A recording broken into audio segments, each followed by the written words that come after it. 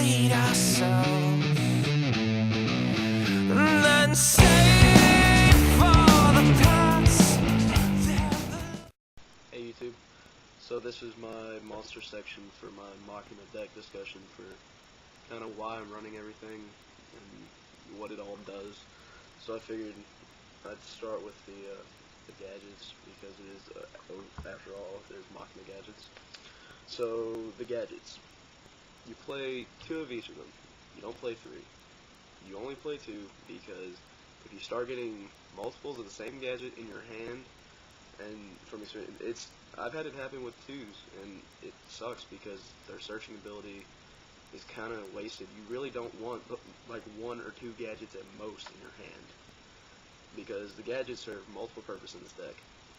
The gadgets do everything from being replacing fodders to they're just self-replacing monsters, to being able to play a gadget, search a gadget, and then still have materials in your hand if need be for searching, or not for searching, but for dropping one of them with Fortress for the special summon. So a play that I like to do is go, let's see, where is the guy with popularities out of the way? I like to go Gear Frame, right? Activate Gear Frame, and then search out for my Fortress. And then, assuming that I already have a gadget in my hand, you tribute both of the gadget and the Fortress to the grave to special summon onto the field, and then you equip your Gear Frame to Fortress. Therefore, he can't be killed by battle, or anything else. If he would be destroyed, Gear Frame gets destroyed instead.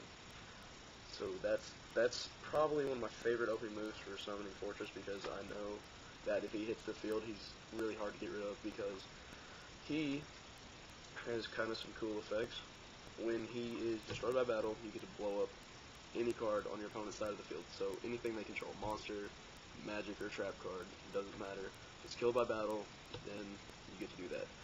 The other thing that he does is that if he is targeted by a effect, I believe it is any effect. Let's see. This card you control is targeted by an opponent's effect monster's effect. Right. So like, I don't know if he gets hit, if he's like veilered or something, if he still gets the effect. I don't know, but assume that works, and he gets veilered. Then you get to look at your opponent's hand. Okay. So I mean, it's just something like that. I mean, you get to look at your opponent's hand and discard a card. It's like a painful choice attacking this guy, because you know you're going to lose something in the process. So most people that I've played try to stray away from attacking him.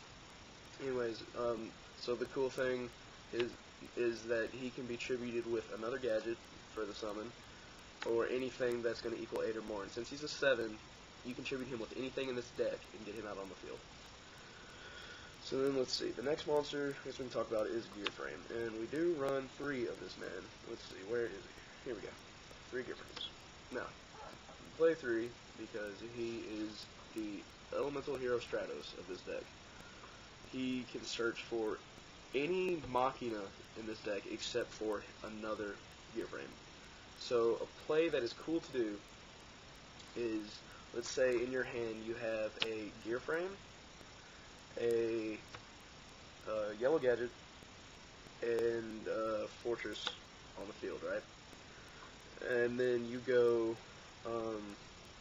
Gear Frame, and you search this guy. Now he's another Union monster as well. When he's on the field, he doesn't get a summon effect, but when he hits the field, you can equip him to any machine on the field, and it has the same thing as Gear Frame. When he would be destroyed, when the monster he's equipped to would be destroyed, this card is destroyed instead.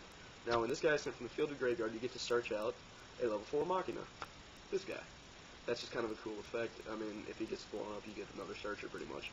Anyways, something's cool to do. You go Gear Frame, add this guy to your hand.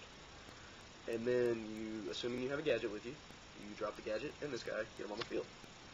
And then you do the whole little equip thing.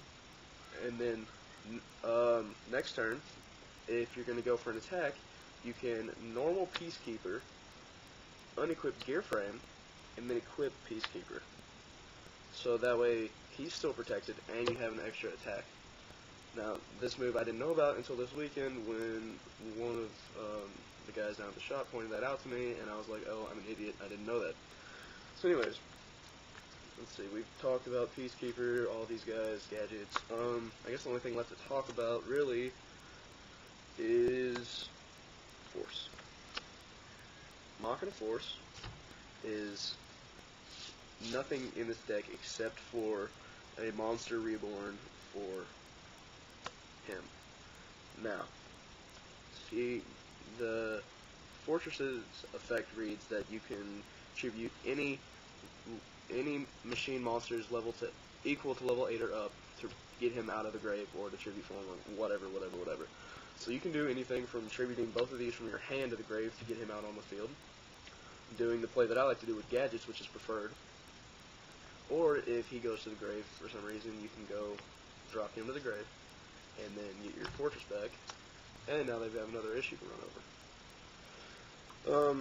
So I guess that's pretty much the monster lineup for this deck. I don't really know that there's anything I would change. I was maining Cyber Dragons, and yes, I'm sorting these out.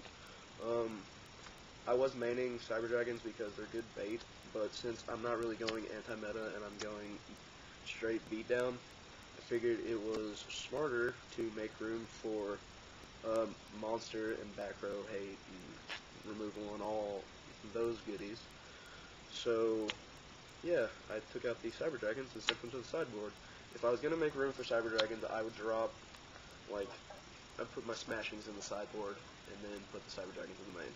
That's just me, though.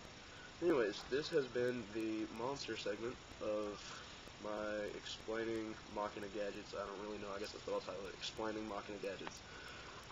So, yeah. So I guess I'll go ahead and do the magic segment next. So, see you guys.